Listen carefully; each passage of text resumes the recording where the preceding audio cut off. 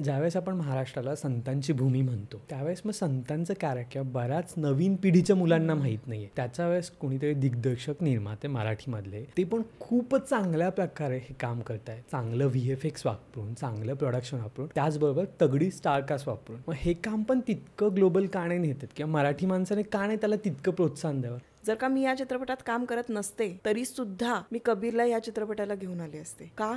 कारण मला आई म्हणून आनंद झाला असता की अरे संत ज्ञानेश्वर याला कळतील, ताई कोण होती याला कळेल. कारण दुर्दैवी गोष्ट अशी झाली, ज्या वेळेला कास्टिंग सुरू होतं त्यावेळेला 150-200 लोकांचं ऑडिशन झालं. त्यांना संत ज्ञानेश्वर कोण आहेत हे माहीतच नव्हतं. बरं, संत ज्ञानेश्वर चल ठीक आहे, ते आपल्याला त्यांची पालखी निघते म्हणून ते माहिती तरी आहे. 4 भावंडांची नावं सांग म्हटल्यानंतर कोणालाच येत नाही, नावच येत नाही. म्हणतात एकनाथ वगैरे सांगतात नावं. हे किती दुर्दैवी आहे. आपला जो पौराणिक इतिहास आहे तो केवढा भव्य आणि केवढा महत्वाचा इतिहास आहे. त्याच्यामुळे आपल्या महाराष्ट्राची पायामुळं जे आहे ते तिथे रुजलेली आहे, तो कळायला हवा. आणि माहिती नाही आपल्या पिढीला. या गोष्टीसाठी खंत वाटते. आणि जर का आपला मराठी माणूस ते पोचवण्याचा प्रयत्न करतोय, म्हणजे दिग्पालनी त्यावेळेला त्या दिवशी ऑडिशन घेतलं नाही, त्यांनी बसवून त्या 150 ते 170 काहीतरी मुलं होती, त्या मुलांना बसवून गोष्ट सांगितल्या. संत ज्ञानेश्वर कोण होते, निवृत्ती कोण होते, त्यांचे वडील कोण होते, सोपान कोण होते, त्यांनी काय केलं, त्याच्यानंतर ती गोष्ट का अशी घडली,